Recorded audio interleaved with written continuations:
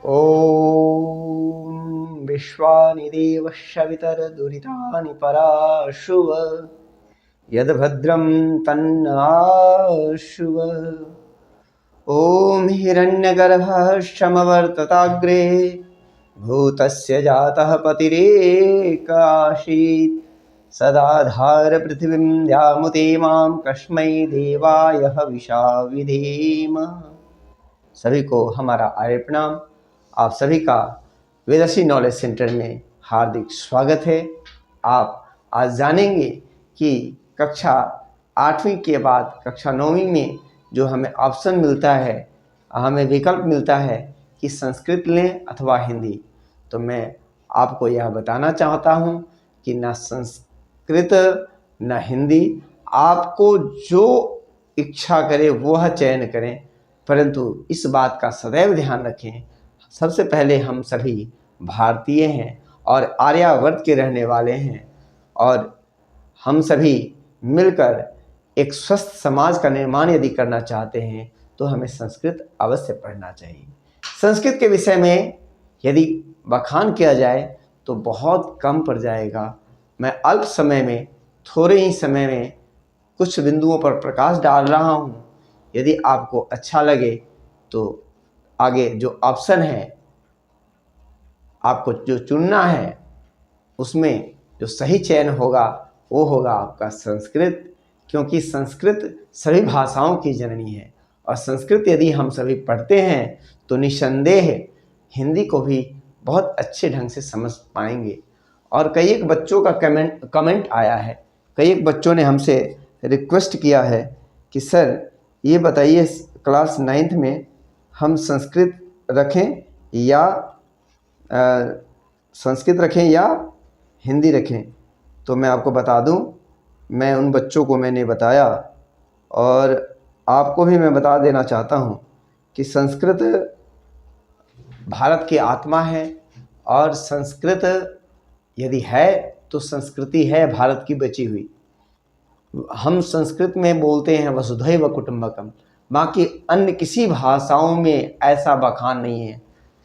यदि आप संस्कृत पढ़ते हैं तो आपके अंदर में वसुधैव कुटुंबकम की भावना आती है और एक एक शब्द के जो व्याख्या है वो आप बहुत बारीकी से समझ पाएंगे यदि संस्कृत को पढ़ेंगे। साथ ही साथ जन्म काल से लेकर के मृत्यु काल पर्यंत संस्कृत की ही महिमा होती है और संस्कृत में ही सारे शुभ कार्य किए जाते हैं। तो आप इस बात का ध्यान रखेंगे। संस्कृत में सबसे पहले तो हम लोग वर्णोच्चारण सिखाते हैं और वर्णोच्चारण के बाद अक्षर का ज्ञान कराते हैं और अक्षर का ज्ञान जब हो जाता है तो फिर शब्दों का निर्माण करना सिखाते हैं और शब्दों का निर्माण जब करना बच्चा सीख जाता है फिर वाक्यों का निर्माण करना सीखता है, फिर एक पद्य की रचना करता है बच्चा, फिर अनुच्छेद लेखन करता है या फिर गद्य लेखन करता है, पद्य लेखन करता है। यह सब जो लेखन की कला में प्रवीण होता है तो वह जो संस्कृत का जो सिस्टमेटिक नॉलेज है उसी के जरिए करता है, उसी के मदद सहायता से करता है, उसी के नॉलेज से करता है।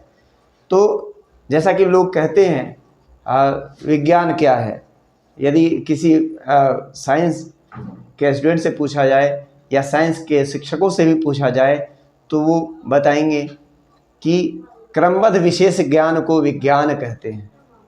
तो मैं बता देता हूँ संस्कृत किसे कहते हैं। संस्कृत परिमार्जित भाषा को ही संस्कृत कहते हैं, जो सबसे शुद्ध और परिमार्जित है और वैज्ञानिक है। और स्पीच थेरेपी भी आज के डेट में विदेशों में स्पीच थेरेपी हो रही है। साथ ही साथ कई एक जगहों पर मंत्रों के द्वारा उपचार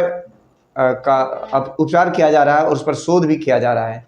तो वेद में बहुत सारे नॉलेज हैं जिनको विदेशियों ने चुरा कर ले गया, परंतु हम भारतीयों को अपने भाषा के प्रति न प्रेम रह गया न श्रद्धा रह गई, जिस कारण से हमारे कुछ भारतीय और कुछ लोग, विशेष लोग जो हैं, संस्कृत को मिटा देना चाहते हैं।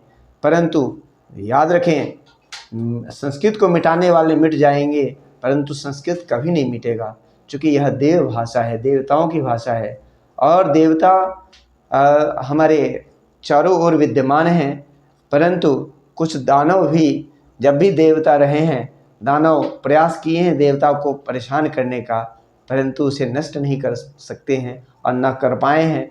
ठीक वैसे ही अनेक भाषाएं हैं हमारे देश में, परंतु जो संस्कृत भाषा है न कभी वो मिटा है न मिटेगा।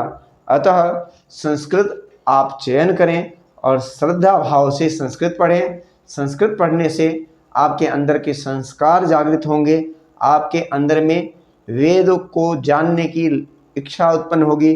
वेदों में उपनिषद हैं, वेदों में दर्शन है, वेदों में ही सारे ज्ञान का भंडार है। अतः आप संस्कृत को ही चयन करें और अपनी मातृभाषा जिसे आप हिंदी कहते हैं, हिंदी को भी आप स्वस्थ और समृद्ध बना सकते हैं यदि संस्कृत का नॉलेज है तो, संस्कृत का ज्ञान है तो। और समाज को भी पंगु होने से बचा सकते हैं। समाज में जो आज के समय में जो कहते हैं ना कि आत्मवत सर्वभूतेषु यह पश्यति सः पंडितः, यह ज्ञान आपको संस्कृत में ही मिलेगा। अतः संस्कृत का चयन करें। संस्कृत में, और वैसे तो संस्कृत में आपको बहुत सारा अंक प्राप्त होता है, तो अंक के प्राप्ति हेतु तो अवश्य पढ़ें ही, साथ ही साथ संस्कृत में और क्या क्या संभावनाएं हैं उनको जानने का प्रयास करें। संस्कृत में इतना ही नहीं, आपके आगे आने वाली जो पीढ़ियां हैं या जो आगे आने वाली जो पीढ़ियां हैं उनको समझाने के लिए कि हमारी भारतीय संस्कृति सभ्यता विशाल है, इसको समझाने के लिए भी आपको संस्कृत पढ़ने की अत्यंत आवश्यकता है।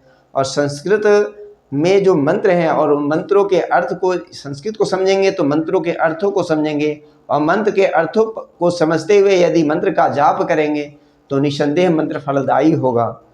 और अर्थोपार्जन करने के लिए बहुत सारे आपको रास्ते मिलेंगे, परंतु हमें कहाँ पर उसका सदुपयोग करना है यह संस्कृत के नॉलेज प्राप्त करने के बाद ही होगा। और वृत्ति की चिंता ना करें, संस्कृत में बहुत सारी संभावनाएं हैं। यदि आप कुशल संस्कृतज्ञ हैं, संस्कृत को जानने वाले हैं, तो आज के समय में आप RTJCO बन सकते हैं, जो कि धर्मगुरु होता है आर्मी में। वह 60 सालों का जॉब है वो, और वो गजेट ऑफिसर का जॉब होता है। साथ ही साथ आप UPSC BPSC या कोई भी जो एग्ज़ाम्स होते हैं उसको आप अटेम्प्ट कर सकते हैं। और साथ ही साथ यदि आप चाहते हैं कि संस्कृत में